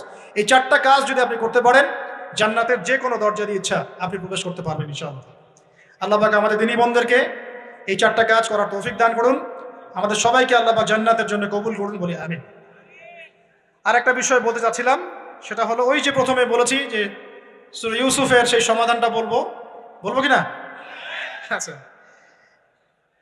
সূরা ইউসুফটা ইনশাআল্লাহ আমি আরেকদিন পুরো সূরাটা সংক্ষিপ্ত করে আলোচনা করবো ইনশাআল্লাহ। যদি একটা লেকচারে সম্ভব হবে বলে মনে হচ্ছে না আমার কাছে, 2টা বা 3টা লেকচারে নিয়ে আসবো ইনশাআল্লাহ। তবে আজকে একটা চিস্ট খালি বলছি। ইউসুফ আলাইহিস সালামের জীবনটা খুবই ট্র্যাজেডিপূর্ণ। নবীর পরিবার থেকে ভাইদের শত্রুতায় ওই যে কূপে চলে গেলেন, কূপ থেকে চলে আসলেন মিশরের বাজারে, সেখান থেকে বিক্রি করে দেওয়া হলো তাকে, রাজা তাকে কিনে নিলেন। তারপরে সেখানে তিনি বড় হতে লাগলেন রাজপ্রাসাদে। তারপরে ওই যে রাজার কি স্ত্রী তাকে জেনার জন্য আহ্বান করেছিল, সেখান থেকে তিনি জেলখানায় চলে গেলেন। আবার জেলখানা থেকে আবার মিশরের খাদ্য মন্ত্রণালয়ের দায়িত্ব পেলেন। তারপরে তিনি মিশরের শাসকের দায়িত্ব পেয়ে গেছেন, তাই তো? আচ্ছা, এর মধ্যে একটা জায়গা খালি বলবো আজকে আপনাদের। টপিকটা কি দিবা তোমরা? টপিকটা হচ্ছে চলমান বৈশ্বিক অর্থনৈতিক সংকটে ইউসুফ আলাইহিস সালামের সমাধান। মনে থাকবে? চলমান এই বৈশ্বিক অর্থনৈতিক সংকটে ইউসুফ আলাইহিস সালামের সমাধান কি ছিল? ইউসুফ আলাইহিস সালাম জেলখানায়, কোথায় বলেন তো? জেলখানায়। তখন 2জন ব্যক্তি তাকে বলছে, ইউসুফ, আমরা 2জন দুটো স্বপ্ন দেখেছি, তুমি কি স্বপ্নের ব্যাখ্যা দিতে পারবে? আমরা তোমাকে সত্যবাদী বলে মনে করি। ইউসুফ আলাইহিস সালাম বলছেন, খাবার আসার আগেই তোমাদেরকে স্বপ্নের ব্যাখ্যা দিন। একজন বলছে, আমি দেখলাম আমার মাথায় রুটি রাখা আছে, আর পাখি এসে রুটির থেকে খেয়ে ফেলছে। আমার কথা বুঝতে পারছেন কিনা ভাই? আচ্ছা, 2 নাম্বার, দ্বিতীয় ব্যক্তি বলছে, আমি দেখলাম আমি শরাব পান করাচ্ছি আমার মনিবকে। কথা বুঝতে পারছেন? এখন ইউসুফ আলাইহিস সালাম বলছেন, তুমি যে শরাব পান করাচ্ছ মনিবকে, তোমাকে অতি সত্বর মুক্তি দেওয়া হবে ইনশাআল্লাহ। আর যার মাথার উপর থেকে রুটি খেয়ে নেওয়া হচ্ছে, তাকে শুলদণ্ড দেওয়া হবে, মৃত্যুদণ্ড দেওয়া হবে। কি বললেন? একজনকে দেওয়া হবে মৃত্যুদণ্ড, একজন কি হবে? ছাড়া পাবে। আর যাকে মনে হলো যে ছাড়া পাবে, ইউসুফ আলাইহিস সালাম বললেন, তুমি যখন ছাড়া পাবে, তোমার মনিবের কাছে, মালিকের কাছে আমার কথা বলো, আমার কথা আলোচনা করো। কিন্তু শয়তান তাকে ভুলিয়ে দিল, সে আর কথা বলতে পারল। আরো কয়েক বছর চলে গেল, ইউসুফ আলাইহিস সালাম তখনও জেলেই আছে। একদিন এই রাজা স্বপ্ন দেখলেন। কি স্বপ্ন দেখলেন? যে 7টা পাতলা পাতলা গাভী, মোটা মোটা 7টা গাভীকে খেয়ে ফেলছে। 7টা কি গাভী? জীর্ণ শীর্ণ গাভী 7টা মোটা তাজা গাভীকে খেয়ে ফেলছে। আর দেখলেন 7টা সবুজ শীষ, শীষ বোঝেন কিনা? ধানের শীষ না, আবার সবুজ শীষ। আর দেখছেন এই যে শীষ মরে গেলে যেমন দেখায় না একটা রং, এরকম শীষ। তো এখন রাজা খুব চিন্তিত হয়ে পড়লেন যে আসলে এই স্বপ্নের কি ব্যাখ্যা। তিনি সবাইকে ডেকে বললেন, স্বপ্নের ব্যাখ্যা কি তোমরা জানো? তখন রাজ্য পরিষদের এই যে এমপি মন্ত্রী যারা আছে তারা বলছে, না এটা কি স্বপ্ন, আদগাফলাম, এটা একটা বাজে স্বপ্ন, উদ্ভট স্বপ্ন, আমরা এটার মানে জানি না। আমরা হলো তাই তো বলতাম নাকি ভাই? কিন্তু ওই ব্যক্তি স্মরণ হয়ে গেল যে ছাড়া পেয়েছে, আরে ইউসুফ তো স্বপ্নের ব্যাখ্যা দিতে পারে। দৌড়ে গেলেন তিনি জেলখানায়, ইউসুফ আইয়ুহা সিদ্দিক, হে সত্যবাদী নবী ইউসুফ, আমাকে কি এই স্বপ্নের ব্যাখ্যা বলতে পারবেন? 7টা জীর্ণ শীর্ণ গাভী 7টা মোটা তাজা গাভীকে খেয়ে ফেলছে। ইউসুফ আলাইহিস সালাম এই স্বপ্ন শুনে বললেন, ইউসুফ আলাইহিস সালাম শুধু স্বপ্নের ব্যাখ্যাই দিলেন না, বরং এই স্বপ্ন যে সত্য এটা তিনি বিশ্বাসও করলেন।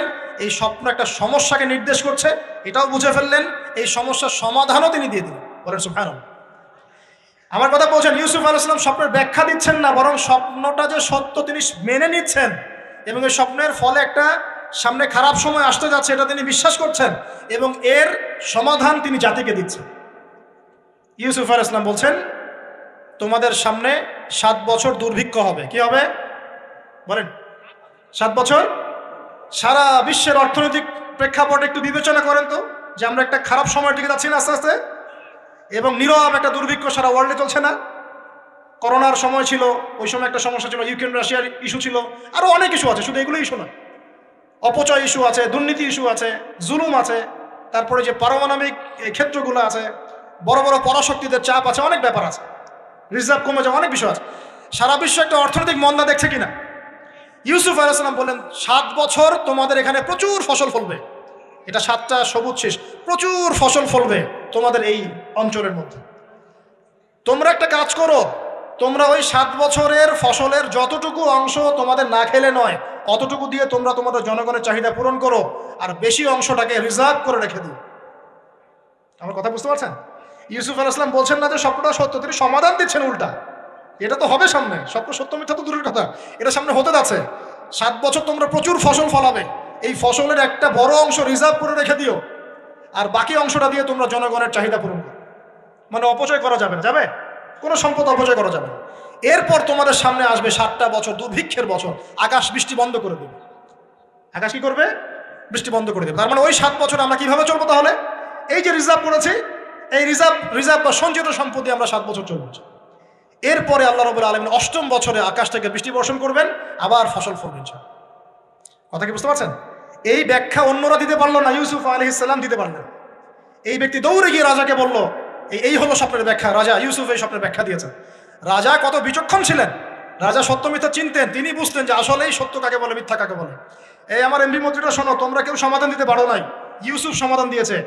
ইউসুফকে আমার কাছে নিয়ে আসো, আমি তাকে আমার কাছে নিকটে আসন দিব। বলেন সুবহানাল্লাহ। এবার ইউসুফ আলাইহিস সালামকে ডেকে তিনি সম্মানিত করলেন, সম্মানিত করে বললেন যে কোন দায়িত্ব দিলে তুমি আমাদের এই রাজ্যটাকে বাঁচাতে পারবে এই দুর্ভিক্ষের হাত থেকে। ইউসুফ আলাইহিস সালাম নিজে বলছেন, আমি হচ্ছে বিশ্বস্ত মানুষ, আমি হচ্ছি রজুলুন আমিন, আমি বিশ্বস্ত এবং আমি আস্থাভাজন। আমাকে আপনি খাদ্য মন্ত্রণালয়ের দায়িত্ব দেন, ইনশাআল্লাহ আমি এই প্রবলেমগুলো সলভ করবো ইনশাআল্লাহ। এরপর তাকে দায়িত্ব দেওয়া হলো খাদ্য মন্ত্রণালয়ের। 7 বছর তিনি এরকম পলিসি গ্রহণ করলেন। মিশরের লক্ষ লক্ষ মানুষ পরবর্তী 7 বছরের দুর্ভিক্ষ থেকে বেঁচে গেছে। কোরআন তো মূল্যায়ন করি না আমরা, আর কোরআনের কথা যারা বলে ওদেরকেও মূল্যায়ন করি। এই জন্য আমরা বলছি, বর্তমান চলমান অর্থনৈতিক সংকটের সবচেয়ে বড় বড় সমাধান হচ্ছে এক, ভাই জনগণ হই আর সরকার হই, কোনো সম্পদ অপচয় করা যাবে না। আমরা সম্পদ অপচয় করি না? আপনি উজু করেছেন, আপনি 1 বালতি পানিতে উজু করেছেন, ট্যাপ ছেড়েছেন, মসজিদের 1 বালতি পানি চলে গেছে, কেন পানি অপচয় করবেন? আমাদের 5টা ফ্যানের দরকার নেই বাসায়, আপনি 5টা ফ্যান চালাচ্ছেন কেন? আপনি ঘর থেকে বের হলেন, ফ্যান চলছে, কেন চলছে? ঘর মুছেছেন, ফ্যান ছেড়ে দিয়েছেন, ওই যে পাখা বাতাসে শুকাবে মাটি, কেন? এসি চালিয়েছেন, 24 ঘন্টা চালানোর কি দরকার? 2 ঘন্টা চালিয়ে বন্ধ করলে হয়। বিদ্যুতের ব্যাপার, গ্যাসের ব্যাপার, তেলের ব্যাপার, আমরা কি কম অপচয় করি মনে হচ্ছে আপনার কাছে? আমরা প্রচুর অপচয় করি। আর আমরা জনগণরা সাধু না, আমরা বেশি অপচয় করি। আমরা অপচয় করি না ভাই? প্রমাণ আপনি নিজের বাসায় পাবেন। পানির অপচয়, আপনার তেলের অপচয়, আপনার গ্যাসের অপচয়, আপনার বিদ্যুতের অপচয়, এগুলোর উপর কঠিন আইন করা দরকার। অপচয় করলে শাস্তি দিতে হবে, অপচয় করা যাবে না। অপচয় কমালে কি হবে? আমরা সম্পদ বেশি রিজার্ভ করতে পারবো। এই যুগে কি কি সম্পদ রিজার্ভ করলে আমরা সচ্ছল হতে পারবো, এই হেদায়েতগুলো আপনাকে ওই সকল প্রোটেস্ট্যান্ট মৌলবীরা দিতে পারবে না ইনশাআল্লাহ তাআলা, কারণ তাদের কাছে ইকোনমিক্সের জ্ঞান নাই। এই যুগে যদি আমরা গ্যাস রিজার্ভ করতে পারতাম, তেল রিজার্ভ করতে পারতাম, গোল্ড রিজার্ভ করতে পারতাম, সিলভার রিজার্ভ করতে পারতাম, এবং যে কারেন্সি সারা ওয়ার্ল্ড ওয়াইড চলছে এখন, এগুলোকে রিজার্ভ করতে পারতাম, এবং জনগণের যতটুকুতে প্রয়োজন এতটুকু সাপ্লাই করে বাকিটা রিজার্ভ করে রাখতে পারতাম, আসন্ন সময়ে এটা দিয়ে আমরা বৈশ্বিক সংকট মোকাবেলা করতে পারতাম। আমার কথা রাগ করলেন? আমি কি কারো শত্রু, কোন দলের লোক? আমি আপনাদের জাতির একজন, আপনার দিনই ভাই, আপনার শুভাকাঙ্ক্ষী, এবং আপনি আর আমরা ভাইয়ের মতো। কিসের মতো? নিজের ভাইয়ের মতো। আপনার গায়ে আঘাত লাগলে আমি কষ্ট পাবো, আপনাকে কেউ গালি দিলে আমি কষ্ট পাবো। আমাদের জনগণের ক্ষতি হলে আমাদের বুক কাঁদবে না? জনগণের ক্ষতি হলে, দুঃখ দুর্দশা হলে আমাদের বুক কাঁদা উচিত, উচিত কি না? আমাদের সবাইকেই যার যার দায়িত্ব পালন করতে হবে। আমরাও অপচয় বন্ধ করে দেবো ইনশাআল্লাহ তাআলা। রাজি আছি ইনশাআল্লাহ? যত বাকি বকেয়া সব আছে সব পরিশোধ করার চেষ্টা করবো ইনশাআল্লাহ। আমরা সরকারি সম্পদ অন্যায়ভাবে আত্মসাৎ করব না, এবং আমরা আমাদের সমাজে যত দুর্নীতি আছে এটা বন্ধ করতে হবে, যত প্রকার দুর্নীতি আছে বন্ধ করতে হবে, যত কালো টাকা আছে সাদা করতে হবে, এবং সাস্টেইনেবল অ্যাসেটগুলোকে রিজার্ভ করতে হবে। তাহলে আগামীতে বিশ্ব ডুবে যায় যাক, বাংলার মাটি ডুববে না ইনশাআল্লাহ। ইউসুফ আলাইহিস সালাম এই হেদায়েত আমাদেরকে দিয়ে গেছেন, কোরআনের মাধ্যমে আল্লাহ এই হেদায়েত আমাদেরকে দিয়ে গেছেন। আল্লাহ পাক আমাদের সবাইকে কোরআন বোঝার তৌফিক দান করুন।